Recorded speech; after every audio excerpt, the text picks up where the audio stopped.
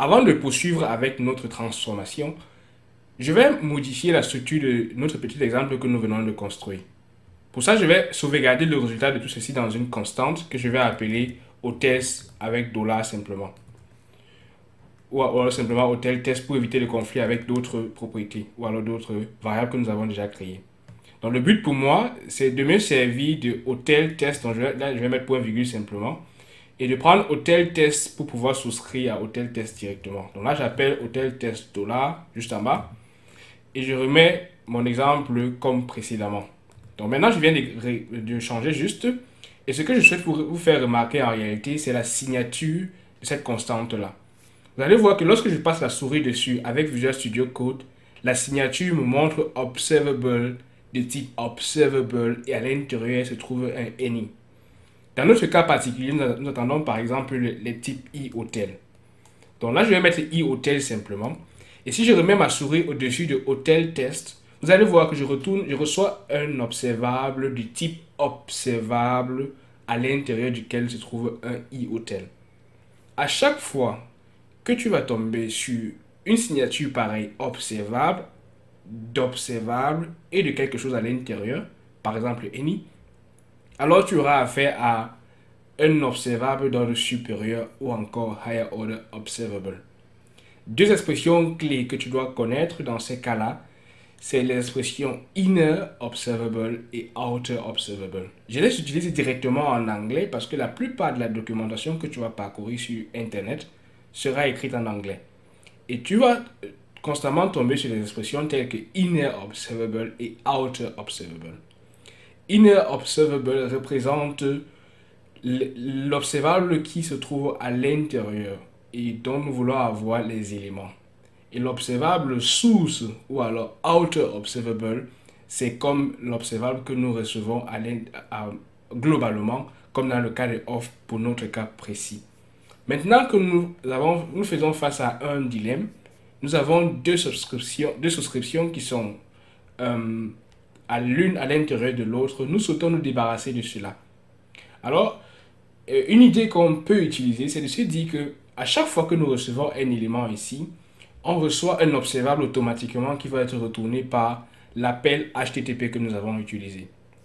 Ce que nous pouvons faire pour combiner tout ceci et éviter qu'à l'intérieur on puisse souscrire une seconde fois, c'est de nous servir d'un opérateur qui va se permettre d'aplatir chaque élément que nous allons recevoir sous forme d'observable à l'intérieur.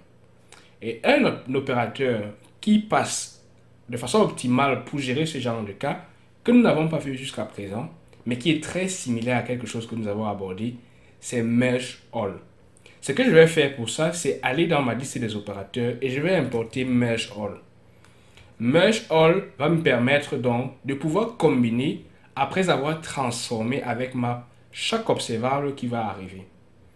Donc là, je vais appeler simplement ici Merge All.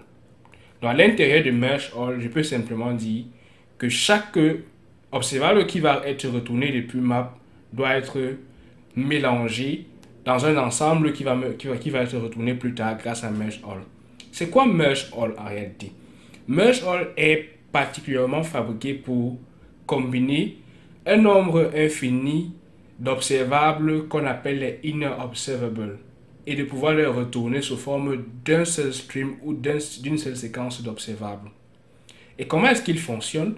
Cet opérateur, il va souscrire à chaque observable d'ordre supérieur.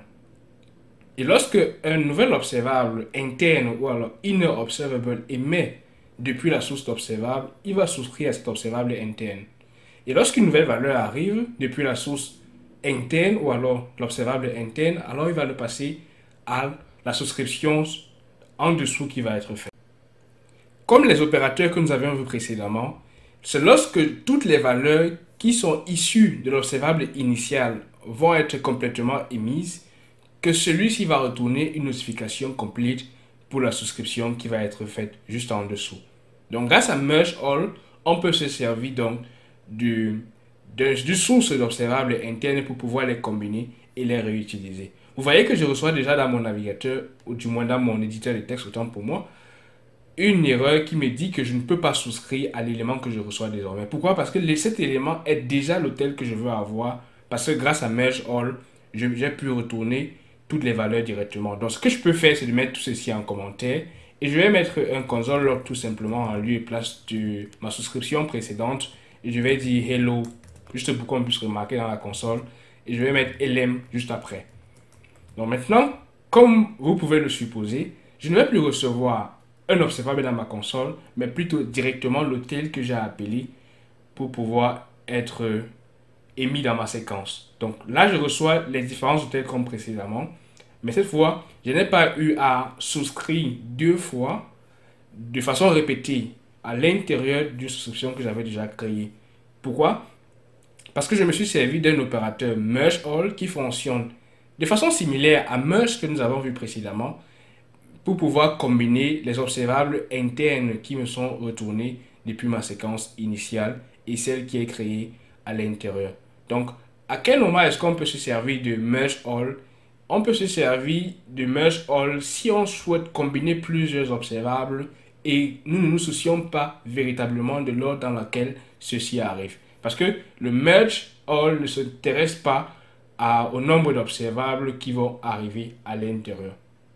Ainsi, vous voyez qu'on peut résoudre ce type de problème avec deux opérateurs map et merge all. Mais cela ne suffit pas véritablement.